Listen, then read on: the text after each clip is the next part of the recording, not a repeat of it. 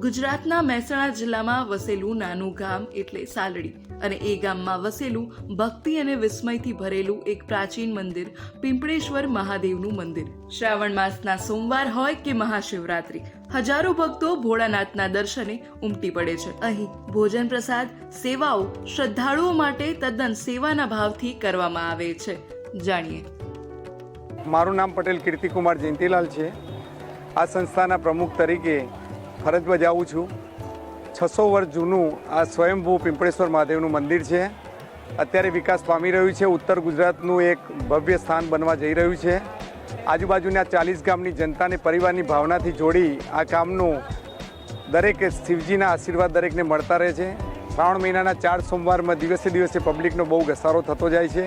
અહીં ભોજનની સુવિધાઓ પણ રાખેલી છે અને દરેક ધર્મના લોકો માટે આ ભવ્ય સ્થાન બની જઈ રહ્યું છે. સંસ્થાના ટ્રસ્ટી તરીકે એક ખાસ વાત જણાવું તો દાતાઓના સહયોગથી આ મંદિરનું નિર્માણ થયેલું છે.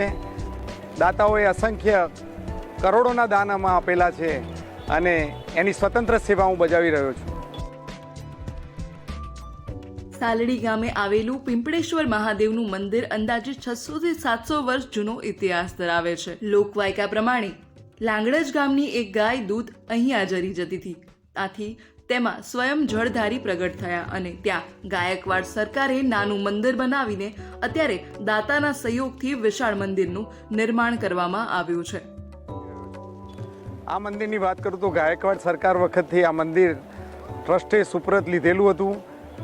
500-600 વર્ષ પહેલાં આશરે લોકવાયકા મુજબ લાગણજ ગામની એક ગાય દૂધ જરી જતી હતી.